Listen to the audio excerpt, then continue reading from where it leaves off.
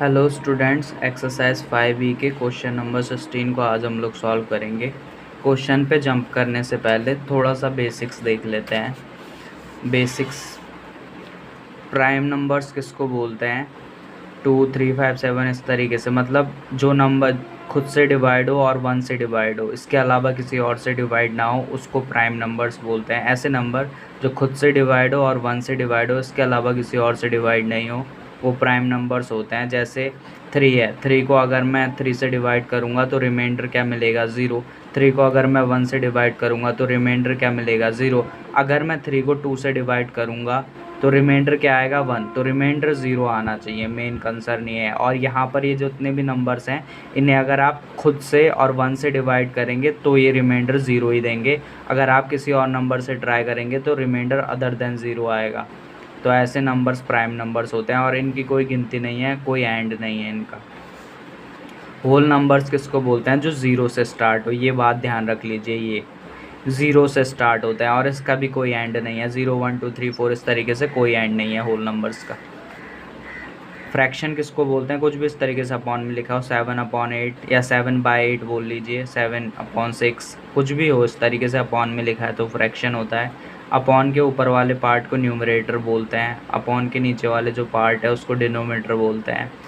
अब फ्रैक्शन के कुछ टाइप्स होते हैं, ये है मिक्स्ड फ्रैक्शन। मिक्स्ड फ्रैक्शन किसको बोलते हैं? जब एक होल नंबर, अभी हमने पढ़ा था ना होल नंबर क्या होते हैं ये सब, एक होल नंबर और एक प्रॉपर फ्रैक्शन जब आपस में मिलते हैं तो मिक्स्ड फ्रैक्शन बनता है। जब दो चीज़ें मिल रहे हैं तो मिक्स ही होगा वो, तो मिक्स्ड फ्रैक्शन बोलते हैं।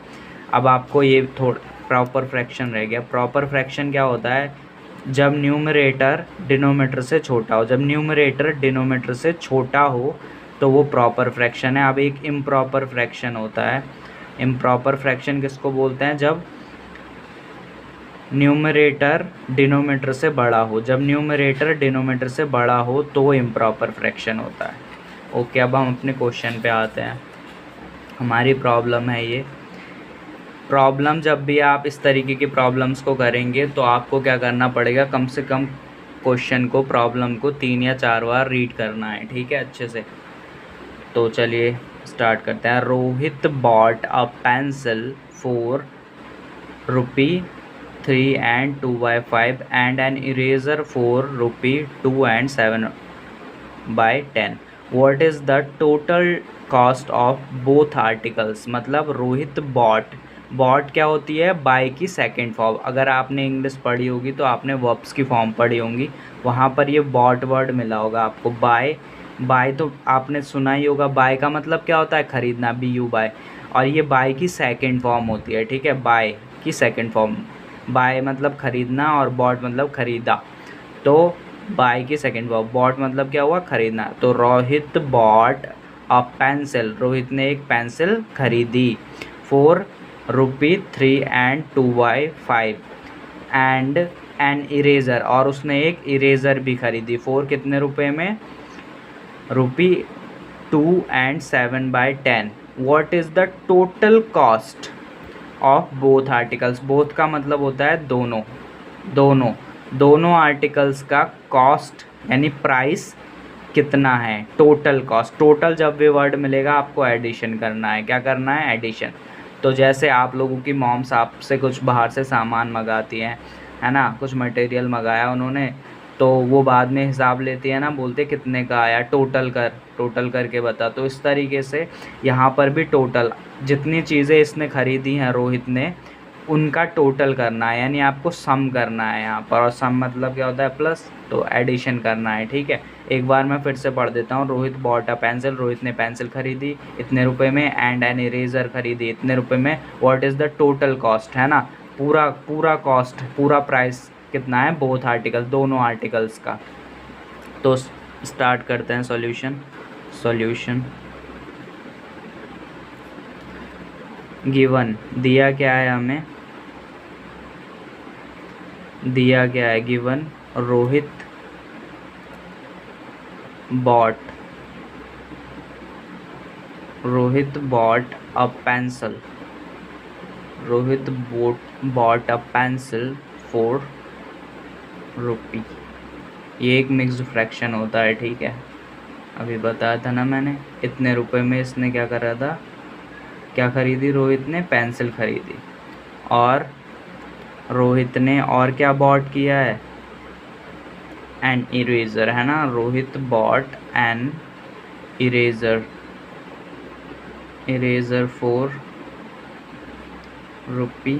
कितने रुपए में खरीदी है इरेजर, ये रहा, ठीक है। अब हमें इनका क्या करना है, टोटल करना है। तो टोटल कॉस्ट इक्वल टू, दोनों प्राइसों को ऐड कर देंगे, प्लस, अब इन दोनों को ऐड कर देना है हमें सब। ये एक मिक्स्ड फ्रैक्शन है। मिक्स्ड फ्रैक्शन को सॉल्व कैसे करते हैं, 5 से डिनोमीटर में जो नंबर होता है उसकी होल नंबर से मल्टीप्लाई करा देते हैं। 5 की 3 से मल्टीप्लाई कराएंगे, 5 3 जा 15, और उसमें 2 ऐड कर देंगे, 15 + 2 अपॉन 5, बीच में प्लस का साइन है। इसी तरीके से यहाँ पे करेंगे, 10 की मल्टीप्लाई 2 से करा देंगे और उसमें 7 ऐड कर देंगे, 10 2 जा 20 + 7 अपॉन 10। डिनोमीटर एज जैसा होता है वैसे ही रहता है। अब इन दोनों को ऐड कर लेंगे, कितना हो जाएगा, 17 अपॉन 5, बीच में प्लस का साइन है। इन दोनों को ऐड कर लेंगे, 27 अपॉन 10। अब जब भी इस तरीके की सिचुएशन होती है, बीच में प्लस या माइनस का साइन हो और थिंग्स इस तरीके से फ्रैक्शंस में दी हूँ, तो हम क्या करते हैं, डिनोमीटर में जो नंबर होते हैं उनका एलसीएम ले लेते हैं। तो हम इनका एलसीएम ले लेते हैं, मैं यहाँ पर ले लेता हूँ, ठीक है। और जब भी आप एलसीएम लेंगे प्राइम नंबर्स का यूज़ करेंगे, ये बात आपको ध्यान रखनी है। मैं 5 से कर देता हूँ, 5 बन जा 5, 5 2 जा 10, 2 से कर लेते हैं, 1 एज इट इज़ उतर जाएगा, 2 1 जा 2। जब तक दोनों तरफ 1 नहीं आ जाता तब तक करेंगे। ये जो आया इसको मल्टीप्लाई में लिखते हैं हमेशा, 5 2 जा 10। तो हमारा जो एलसीएम आया वो आया 10। तो डिनोमीटर के नंबर्स का एलसीएम लिया था ना, तो डिनोमीटर में ही लिखेंगे। अब 5 के टेबल में 10 कितने टाइम्स आता है, 2 टाइम्स। उस 2 की मल्टीप्लाई 17 से करा देंगे, बीच में प्लस का साइन। इसी तरीके से यहाँ भी देखेंगे, 10 के टेबल में 10 कितने टाइम्स है, 1 टाइम्स। 1 की मल्टीप्लाई 27 से करा देंगे। मल्टीप्लाई में ऑर्डर मायने नहीं रखता, मैं 17 × 2 लिखूँ या 2 × 17 लिखूँ, आंसर सेम रहेगा। यहाँ भी सेम ही है, 27 × 1 लिखूँ या 1 × 27 लिखूँ, बात एक ही है। अब 17 2 जा कितना होता है, 34, बीच में प्लस का साइन है, ये 27 बन जा 27 अपॉन 10। अब इन दोनों को ऐड कर लेते हैं, 34 और 27। तो ऐड कर लीजिए, 7 और 4 कितना हो गया, 11, 1 कैरी गया, 3 और 2 5 और 1 6, तो 61 अपॉन 10। ये इम्प्रॉपर फ्रैक्शन में हमें आंसर मिला, ये बिल्कुल ठीक है, लेकिन आपकी बुक में हो सकता है आंसर मिक्स्ड फ्रैक्शन में हो, इसलिए मैं इसे 10 से डिवाइड कर देता हूँ। वैसे तो हम यहाँ ये चेक करते हैं कि क्या ये दोनों किसी एक टेबल से कैंसिल हो रहे हैं, लेकिन ऐसा पॉसिबल ही नहीं है, ये दोनों किसी भी एक टेबल से कैंसिल नहीं होंगे। तो मैं डायरेक्ट 10 से 61 को डिवाइड कर देता हूँ। तो 10 6 जा 60, कितना बचा, 1। इसको कोशंट बोलते हैं, ये रिमाइंडर होता है और ये होता है डिवीज़र। तो हमारा जो डिनोमिनेटर होता है ना, ये तो एज इट इज़ रहेगा, ये अपनी जगह पर ही रहेगा हमेशा। ये जो रिमाइंडर आया ये न्यूमरेटर बन जाएगा, रिमाइंडर न्यूमरेटर बन जाएगा, और जो कोशंट आया ये एक होल नंबर बन जाएगा, ये एक होल नंबर बन जाएगा। तो ये हमारा फाइनल आंसर है। तो मिलते हैं नेक्स्ट वीडियो में, ओके बाय बाय। अगर आप लोग पीडीएफ चाहते हैं ना, तो मैं जितने भी लेक्चर्स मैंने शूट किए हैं, मैं उन सब की पीडीएफ डिस्क्रिप्शन में ऐड कर दूंगा। अगर आप लोगों को चाहिए तो कमेंट सेक्शन में बता दीजिएगा। ओके, मिलते हैं नेक्स्ट लेक्चर में। एलसी में डाल देते हैं और चेक कर लेते हैं फाइनल आंसर। तो इसमें मैं इस प्रॉब्लम को डाल देता हूँ।